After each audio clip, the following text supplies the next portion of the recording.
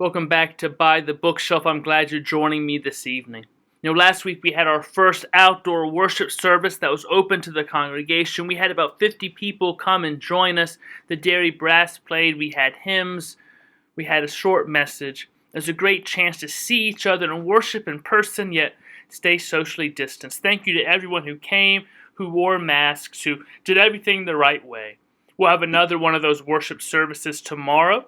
You can still sign up. You can either go to the link that's in the e-news. You can call the church office. Make sure you bring a chair to sit in. Bring your mask. Bring some water in case it's hot. We hope we'll see you there for another worship experience. Grant will be playing the piano. The Derry Brass will be there. So we hope you can join us. Tonight I want to talk about celebrating what's right. I think we all can easily identify what's wrong. We may not all agree on what's wrong, but we love to talk about it, dwell on it, get upset or angry about all that we feel is wrong with the world, our lives, even the church. Now, we shouldn't ignore what's wrong, but we can't let that be our sole or even main vision. We need to celebrate what's right in our world. When we do, we will find joy comes easier and we'll develop an attitude of gratefulness rather than resentment. I think this COVID time has made it easier to focus on the negative. It's easy to point out the things lost and the problems faced with the disease, economic downturn, political fighting, civil unrest. I don't want to pretend that those things don't matter, but I also don't want to pretend that that's all that matters. We have a choice to either celebrate what's right in the world or wallow in what's wrong with it. I want to try to celebrate what's right with the world. I think that's why I love the Great British Baking Show more than any other competition on Food Network or anything. The shows on Food Network try to create artificial conflict.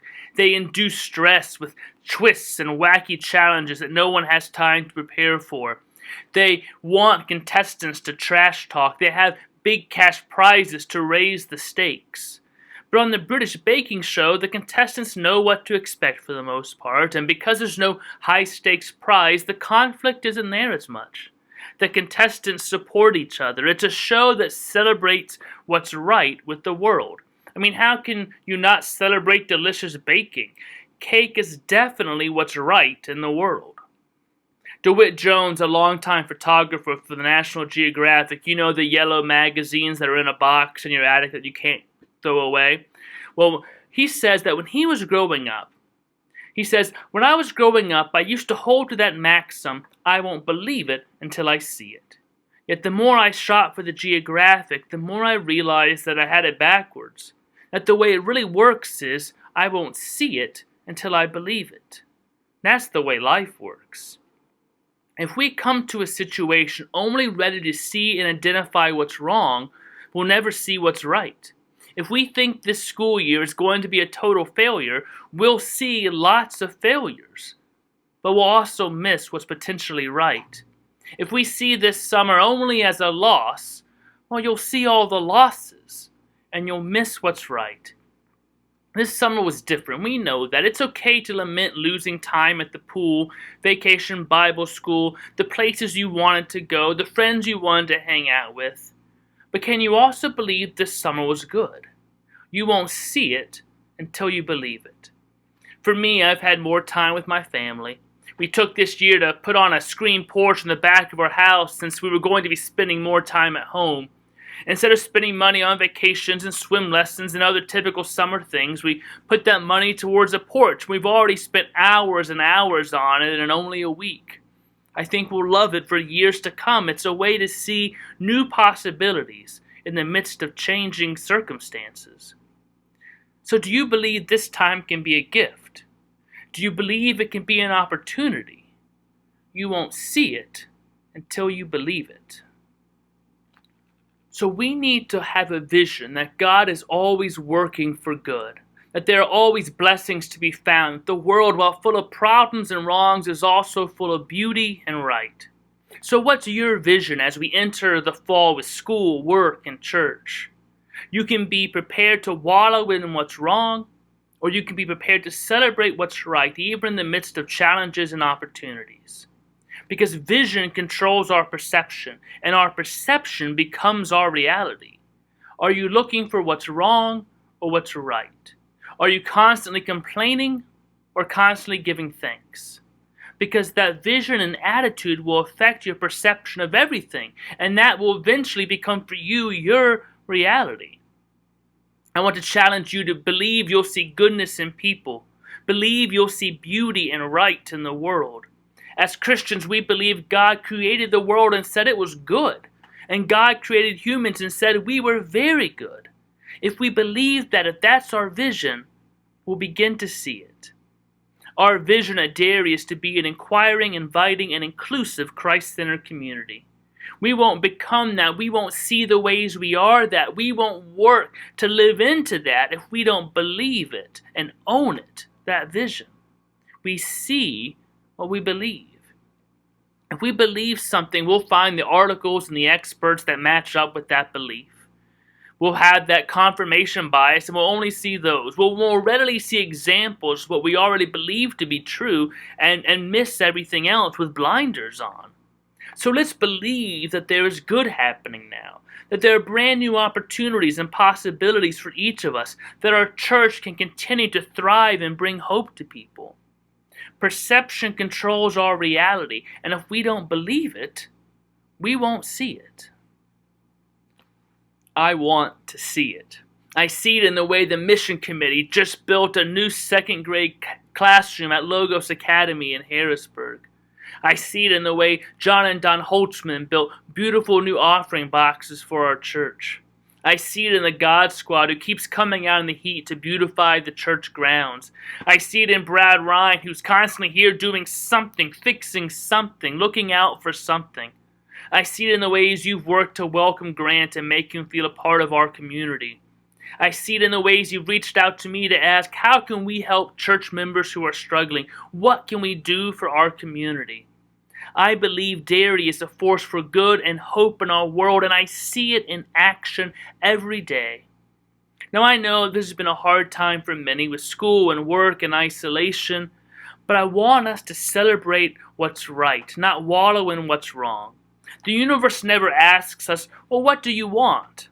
So we can complain when we don't get it, or we can celebrate what the universe, what God does give, provide for us.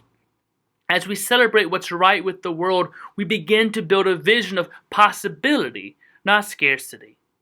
Possibility, meaning there's always another right answer, just like we talked about last week. There is almost always more than one right and good answer. If we believe it, we'll start seeing those right answers for our lives.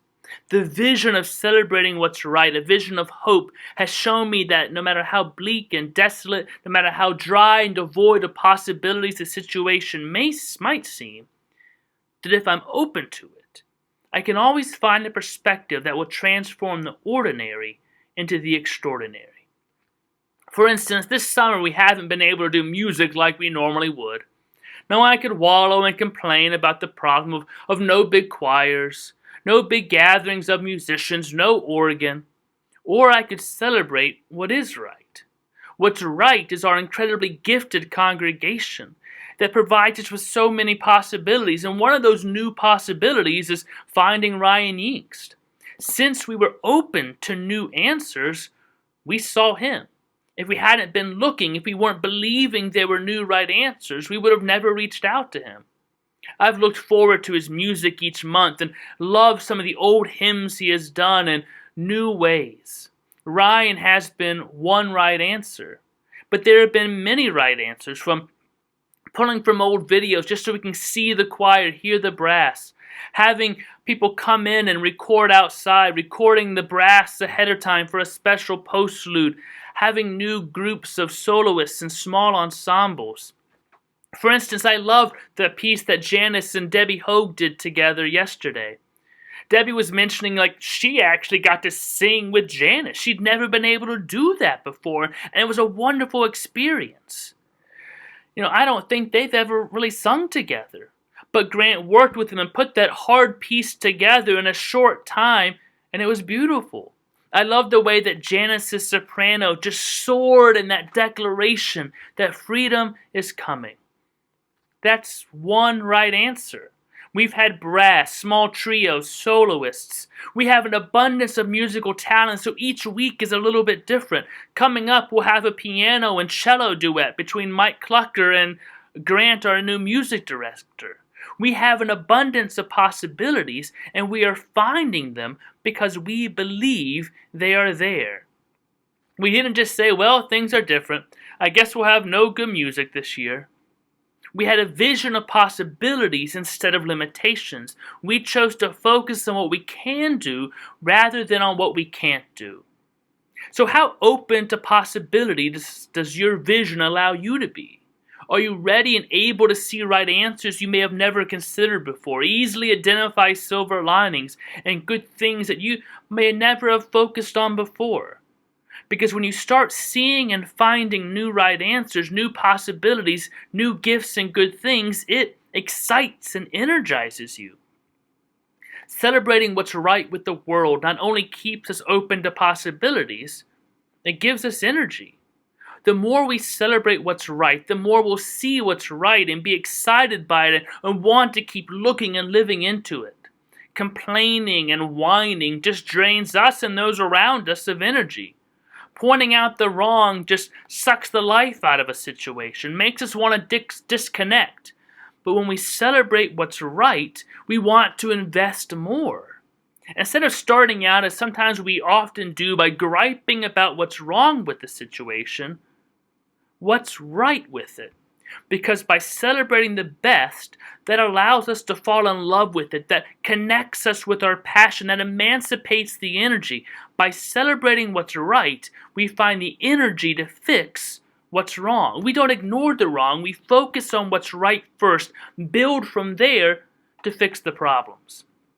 As Michelangelo once wrote, I saw an angel in the stone and carved to set it free. He had to believe it before he could see it and get to work. We need to celebrate what's right before we can fix what's wrong. The right vision of celebrating what is right keeps us open to possibilities. It gives us energy and makes us much more accepting of change. We talked about that last week. Change is possibility, which is opportunity. The status quo is what keeps life boring. Imagine only doing the same thing all your life. If every day at your work was the exact same thing for 50 years. Imagine only eating one kind of food all your life. I love these new experimentations with food, fusions of different styles of cooking.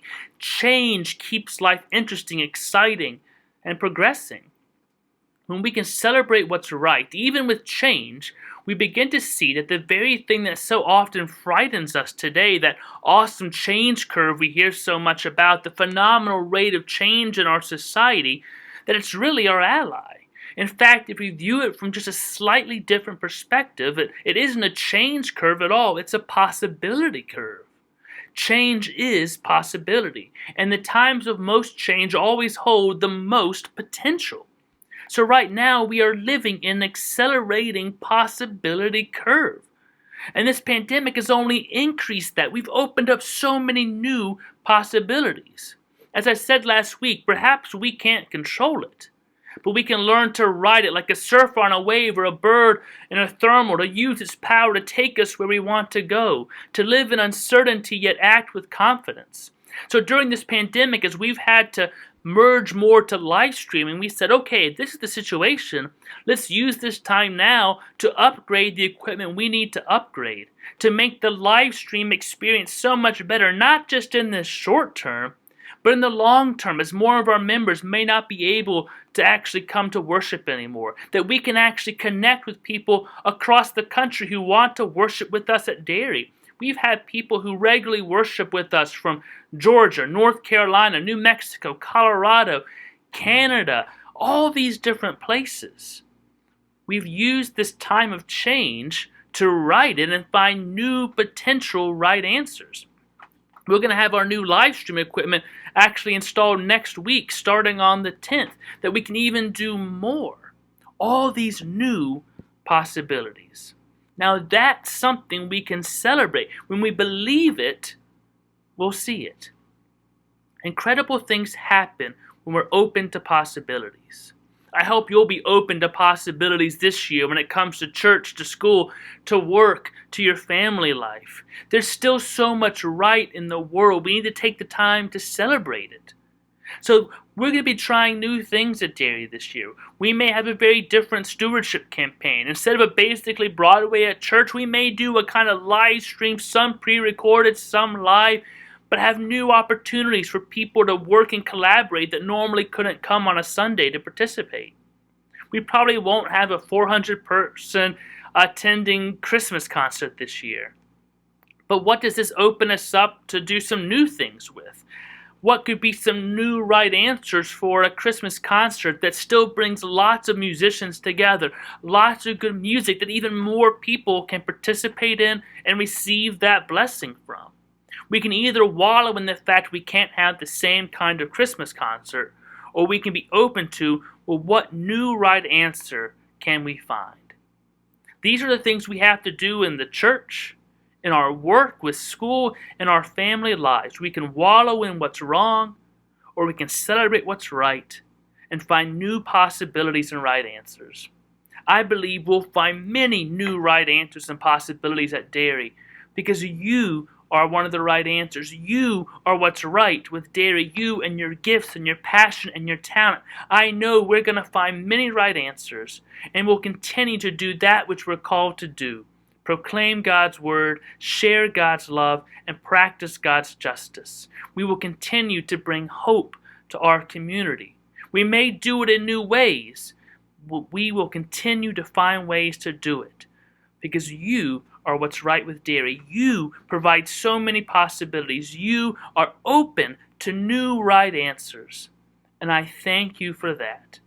I thank God that there's always new right answers. They may not be easily seen at the beginning, but if we're open to them, we will see it. We just have to believe it. And I believe in you, and I believe in the power of Jesus Christ, and we'll do good together. Thank you.